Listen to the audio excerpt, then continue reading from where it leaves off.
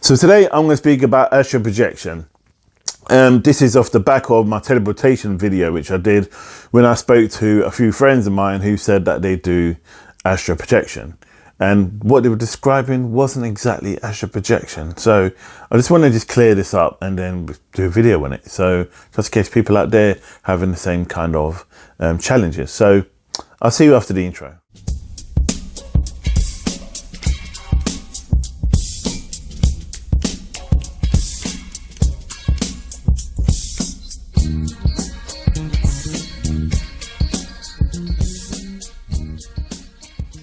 Welcome back. My name's Jay. I'm from Karnak Holistics, where we learn together and we grow together in the sight of God. So today, as I said, I'm going to speak about astral projection. I want to speak about exactly what it is and what it isn't. There's no grey areas about this subject. Before I continue, please like, share and subscribe to the channel. And don't forget about the notification button, which I keep forgetting to tell you guys about. It helps me and the channel to get more content. And also it helps you to know whenever I do upload any more videos, especially I'm doing stuff now specifically about the spiritual development and things of that nature. So a quick one, I just want to just say my my criteria, I should say. I don't know if that's the word I want to use, but I suppose my history, and because people have been telling me I should say it, and I don't think it really gives relevance, to be honest. I mean, anyway, I'm going to say I've been doing spirituality, or I've been practicing spirituality, because we're all spiritual already. I've been practicing spirituality for about 35 years. So I started really, really young. I started way in my teens. And that was with meditation, also with tarot cards and things, and healing and things like that. My dad was involved in it, so I was interested in it, that part of it as well, which is obviously the kind of spells and things of that nature. So enough of that about that. Well, for some reason I just needed to say exactly why, because I haven't really spoken about my past development. So let's just crack on and let's jump into this about astral projection. So I'm going to speak about astral projection and what astral projection is and what astral projection isn't. First of all, I'm going to start with what it isn't, or what I think people are doing, and then I'm going to come on and speak a bit more in depth and a bit more technical about what astral projection really is and what it looks like. And then you would know when I say you would know if you're astral projecting. Let me start with the 5 bodies that we have. The first body is the physical, the mental, the energy, the spiritual, and also this body. There's 5 bodies which make us unique, or what makes us human. And within those bodies, 2 of them are linked, which is the physical and the mental.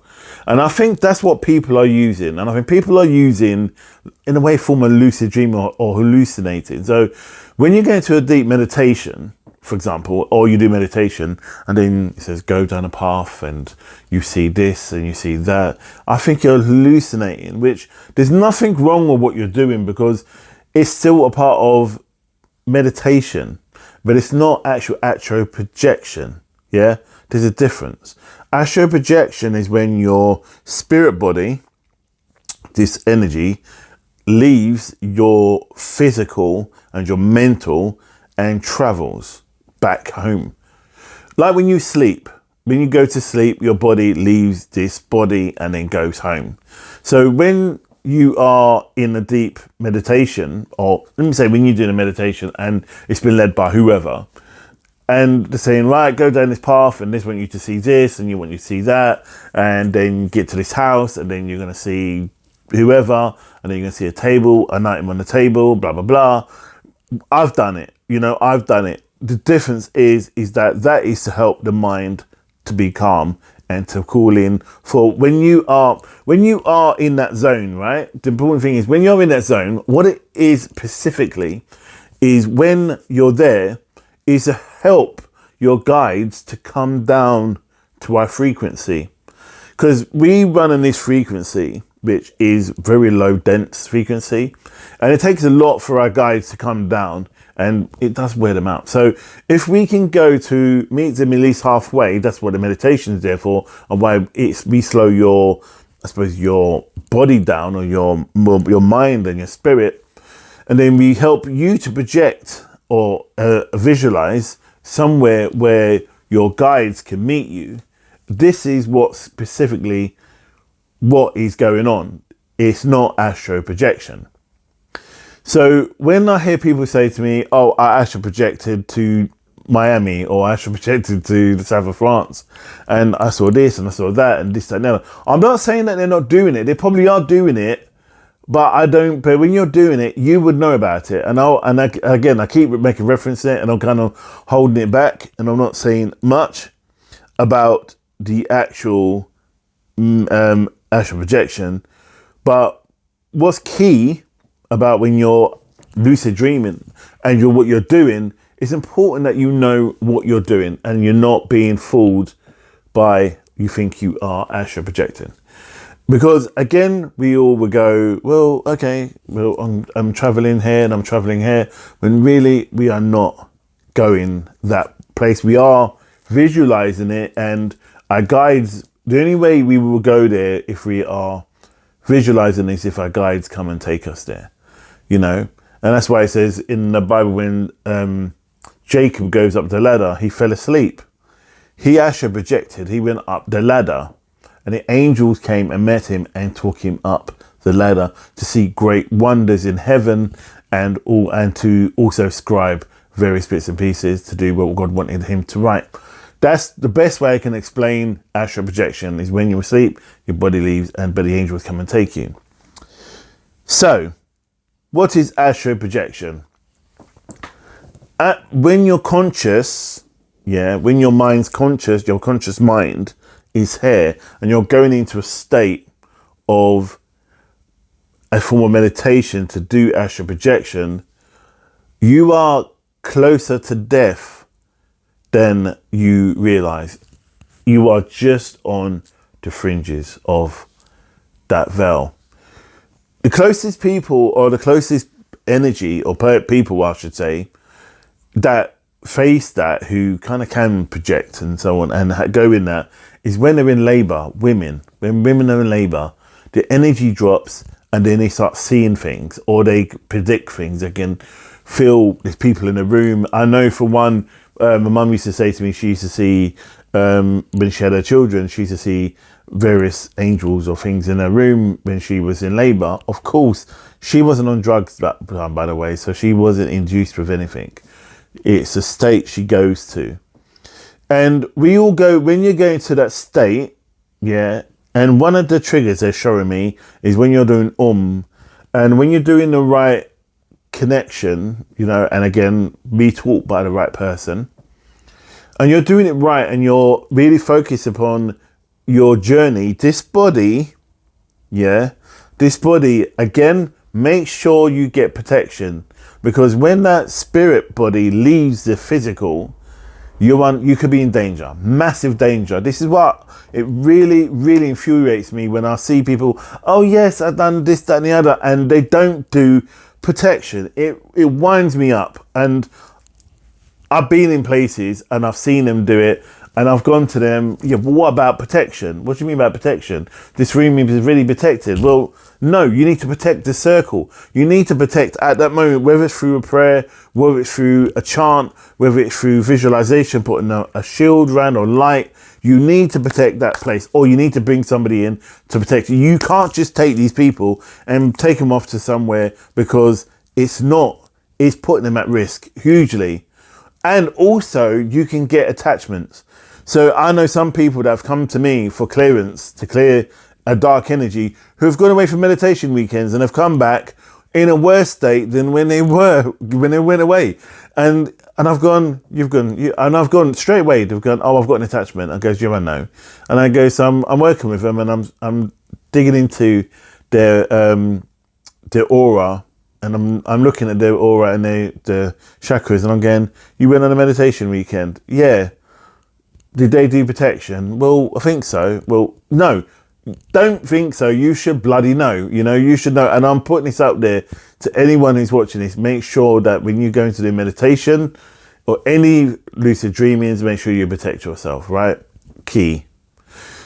Second thing with astral projection, when you are in that state, you do physically, I'm trying to explain how I can put this across. You do feel like you are somebody else, yeah?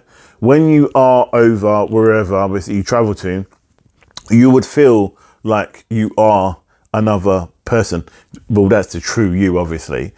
But when you come back, you would feel this heavy weight on you, but your body will be light. It's really hard to explain, but this is why they say just drink water, relax, and just let it flow and just be in the state. When I do Reiki, I never ever put them in a trance state where they're going to do astral projection. Never, ever, ever, never. I protect the circle. I put them in a state where they're relaxed and they're safe and they're in their own zone, so they're not feeling that they're going to be wandering off anywhere. And I know a lot of people, I think only one person said they flew off and I had to bring them back because this isn't meditation. This isn't like you going anywhere, because Reiki is about, or my healing is about working with you to recognize what you need to overcome. So astral projection, when you're in that state and you're ready to move on and go on to another realm, your body becomes so heavy, right? So heavy that your spirit leaves this body, and you do feel like there is this disconnection. People have seen it. You've seen them in Egypt when you see the person laying on a bed, and if I could get a picture, I'll put it up here, and the person's on the bed, and then the energy raises above it, and it's almost like you're looking down upon them. That's astral projection. That's not visualization. The other thing is as well, when you see people going somewhere and being elsewhere, I mentioned a similar thing in my teleportation video, but you have gone somewhere spiritually, your spirit body's gone somewhere, let's say to your partner, and see what they're doing at that time. That's really powerful. That's astral projection. The other part of astral projection, which is key, is knowing why you are doing it. I can understand. They're saying they wanted to know why you were doing it. You just don't do it because you want to have your Costa coffee and your biscuits, and then you can go and do, I'm going to go and astral project. Nah. There's a deep spiritual meaning to why you're astral projecting, and there's a deep spiritual importance to why you are doing this art form or this craft. And it's about developing your conscious and your spiritual self.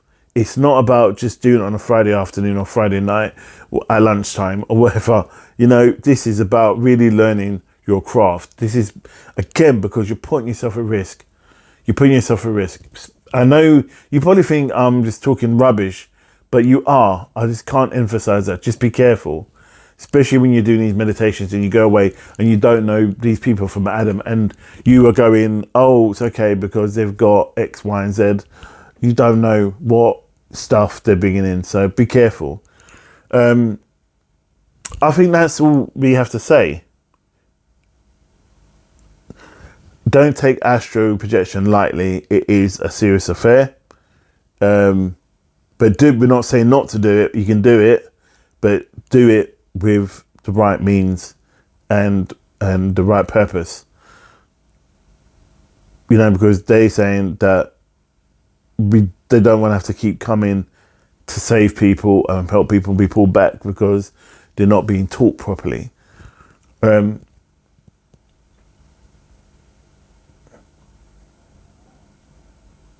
So yeah, I think that's all we have to say. So I'm just going to end it there. I want to say thank you to the collective and thank you for being with me today. I just want to say, look after yourself, look after others, and look after yourself. And I'll see you on the next video. And namaste.